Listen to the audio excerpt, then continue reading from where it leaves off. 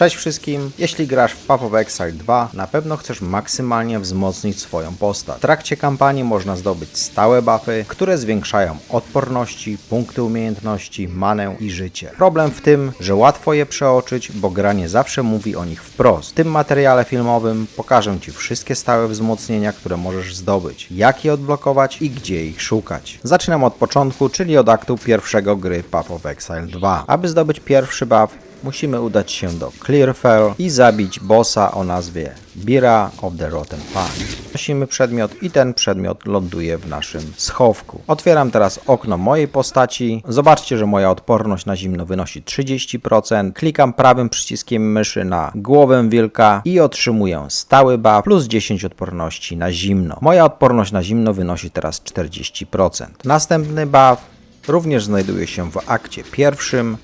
Aby go zdobyć, musimy pokonać bossa o nazwie Crowbell.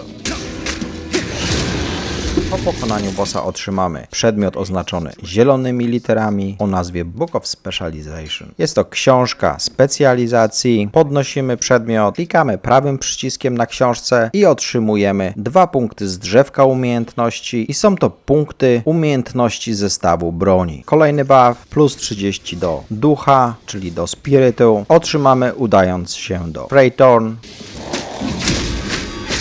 Po pokonaniu bossa otrzymujemy przedmiot oznaczony zielonymi literami o nazwie Gembloom Skull. Klikamy prawym przyciskiem plus 30 punktów do naszego spiryta, czyli do ducha. Aby otrzymać kolejny buff w akcie pierwszym gry Path of Exile 2, musimy udać się do Organ Farmlands i wykonać zadanie poboczne o nazwie Una's Loot. Jeżeli już jesteśmy w Organ Farmlands, musimy odnaleźć dom Uny, w którym znajdziemy skrzynię oznaczoną zielonym kolorem. Musimy kliknąć na tą skrzynię. Po kliknięciu wypadnie lutnia Uny. I tą lutnię musimy zwrócić Unię, która znajduje się w Clearfell Encampment, czyli w obozowisku Clearfell. Jako nagrodę otrzymamy książkę specjalizacji. Klikamy na książkę i otrzymujemy plus 2 punkty z drzewka umiejętności i są to punkty zestawu broni. I ostatni buff, który zdobędziemy w akcie pierwszym gry Path of Exile 2, to jest plus 20 punktów do maksymalnego zdrowia. W tym celu udajemy się do Organ Manor i musimy pokonać bossa o nazwie Candlemas the Living Rite. Po pokonaniu bossa otrzymamy przedmiot o nazwie Candlemas Essence, podnosimy przedmiot, klikamy prawym przyciskiem i otrzymujemy plus 20 punktów do maksymalnego zdrowia. To były wszystkie buffy, które możemy zdobyć w akcie pierwszym gry Path of Exile 2. Teraz przechodzimy do aktu drugiego. Aby zdobyć pierwszy buff, udajemy się do Kev i tam musimy odnaleźć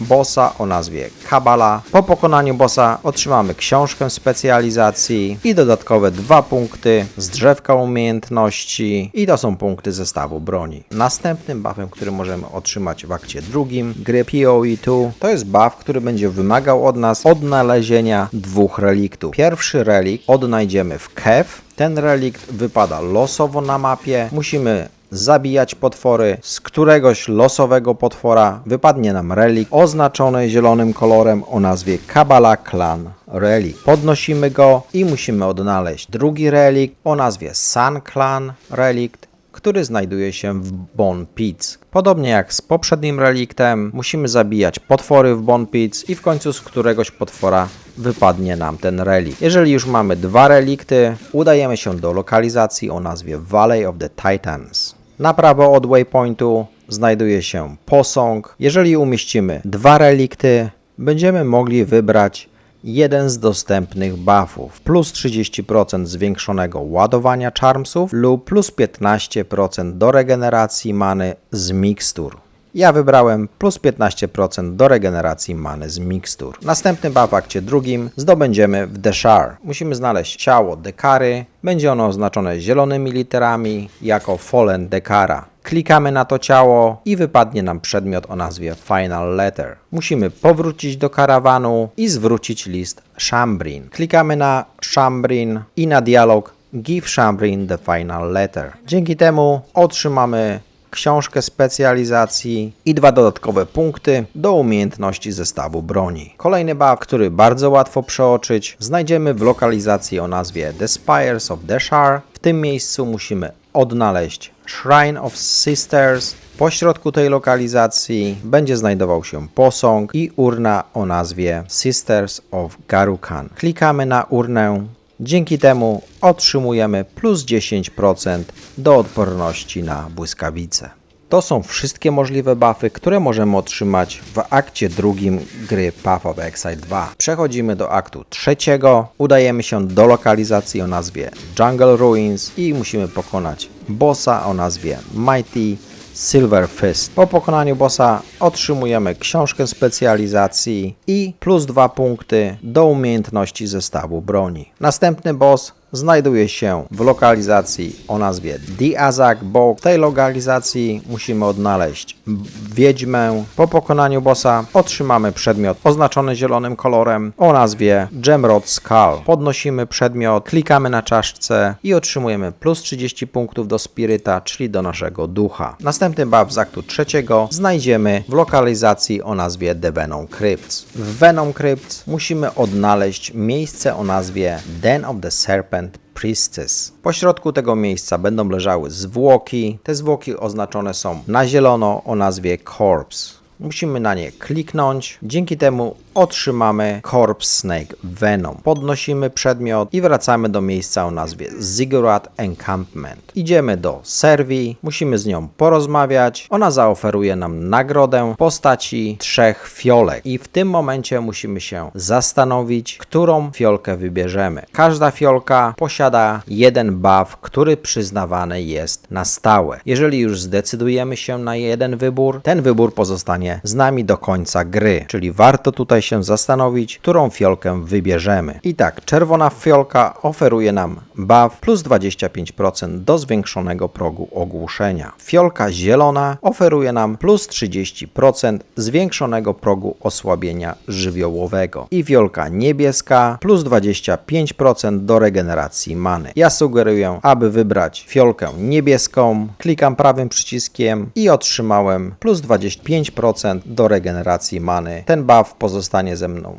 do końca i nie będę mógł go zmienić. Następny buff znajduje się w lokalizacji o nazwie Jikwanis Machinarium. Jeżeli już będziemy w tej lokalizacji, musimy najpierw odnaleźć przedmiot o nazwie Small Soul Core. Podnosimy ten przedmiot i musimy odnaleźć bossa o nazwie Black Joe the Remnant. Przed jego komnatą jest Stone Altar. Klikamy na ten ołtarz i umieszczamy przedmiot, który wcześniej znaleźliśmy o nazwie Small Soul Core. Wchodzimy do komnaty i pojawi się boss, po zabiciu którego otrzymamy Flame Core. Podnosimy ten przedmiot i zobaczcie, moja odporność na ogień to jest 65%. Klikam na przedmiot, który otrzymałem od bossa i moja odporność na ogień wzrosła do 75%. Następnym buffem, jaki otrzymamy w akcie trzecim, i to jest ostatni buff z aktu trzeciego. W tym celu musimy udać się do Utsal i tam zabijać potwory do momentu, aż wypadnie nam przedmiot o nazwie Sacrificial Heart. To serce musimy zabrać do Agorat i odnaleźć ołtarz, na którym będziemy mogli umieścić nasze serce. Ten ołtarz znajduje się w północno-wschodnim rogu mapy. Najpierw umieszczamy nasze serce na ołtarzu ofiarnym.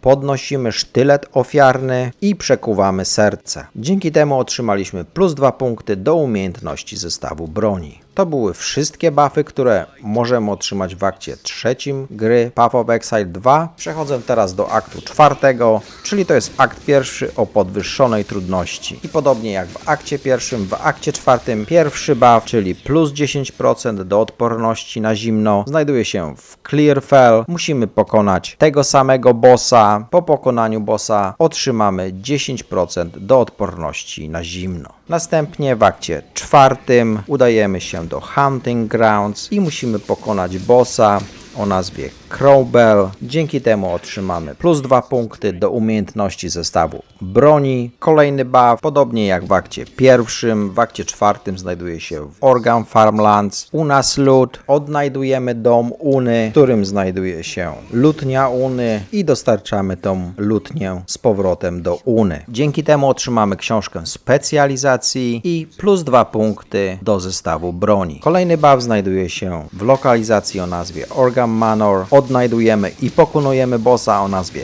Candlemas The Living Rite. Dzięki temu otrzymamy plus 8% do naszego maksymalnego życia. Przechodzimy do aktu 5, czyli to jest akt 2 o podwyższonej trudności. Udajemy się do Kev, zabijamy potwora o nazwie Kabala. Dzięki temu otrzymujemy plus 2 punkty do naszego zestawu broni. Następny buff otrzymamy po zdobyciu reliktów. Pierwszy relikt otrzymamy w Kev. Musimy zabijać potwory, aż któryś z nich upuści relikt o nazwie Kabala Clan Relic. Podnosimy ten relikt i udajemy się do miejsca o nazwie The Bone Pits. W tej lokalizacji jeden z potworów powinien upuścić relikt o nazwie Sun Clan Relic. Jeżeli już mamy skompletowane 2 relikty, udajemy się do Valley of the Titans. Na prawo od waypointu znajduje się posąg i umieszczamy tam 2 relikty. Po umieszczeniu tych reliktów będziemy mogli wybrać jeden z 2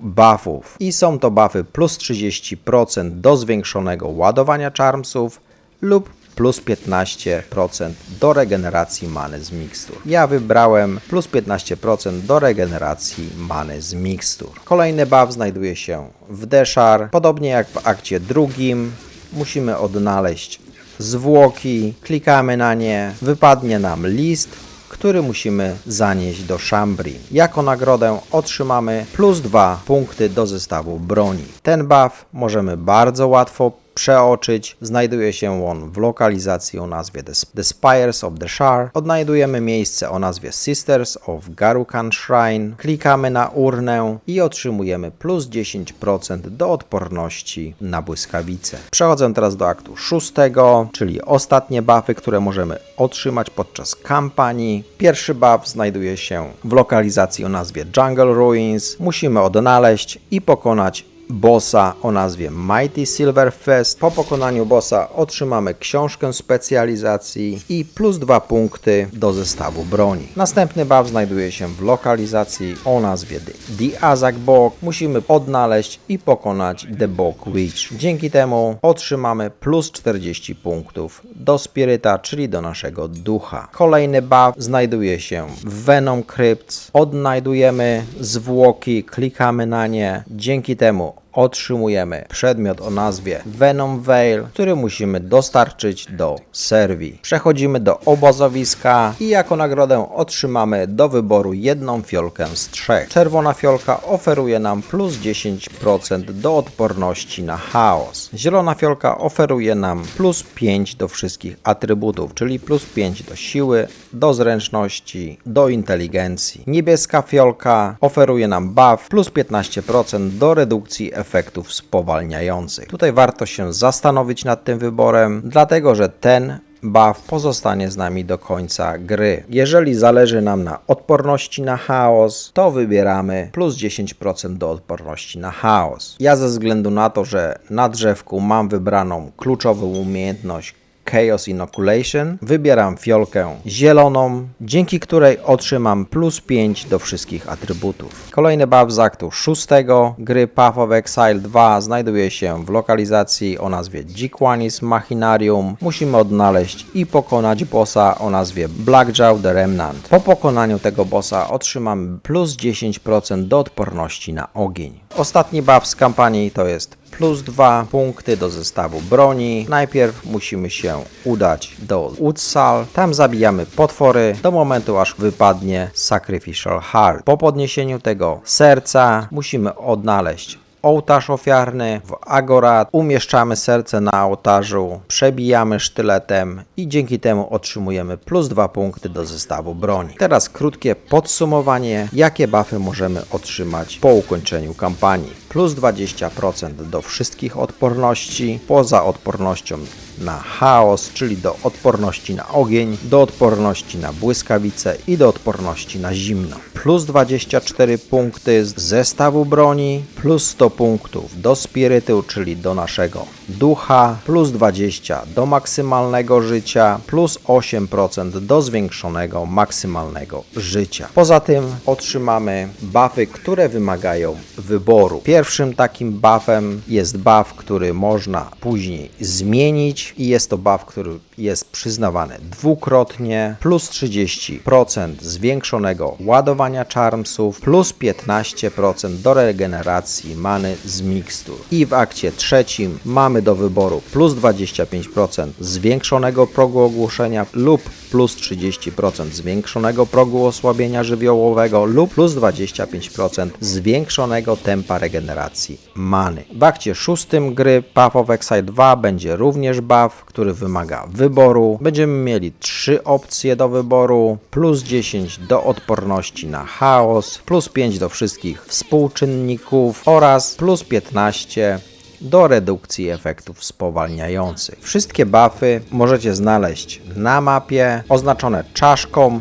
z krzyżykiem w lewym dolnym rogu. Jeżeli któregoś z buffów nie macie, ta czaszka będzie oznaczona kolorem jasnym, takim kolorem podobnym jak ta czaszka. Czyli warto sprawdzić wszystkie akty. Czasami trzeba kliknąć tutaj na tą ikonkę, aby zobaczyć, jak wyglądają buffy pod ziemią. Również na tej mapie podziemnej znajdują się czaszki, które oznaczone są krzyżykiem w lewym dolnym rogu. Dzięki za oglądnięcie filmu. Jeżeli macie jakieś pytania, to napiszcie w komentarzach. Zapraszam Was do naszej gildii o nazwie Bractwo Wirów, w skrócie WIR. Nie zapominajcie o subskrypcji i do zobaczenia w następnym filmie.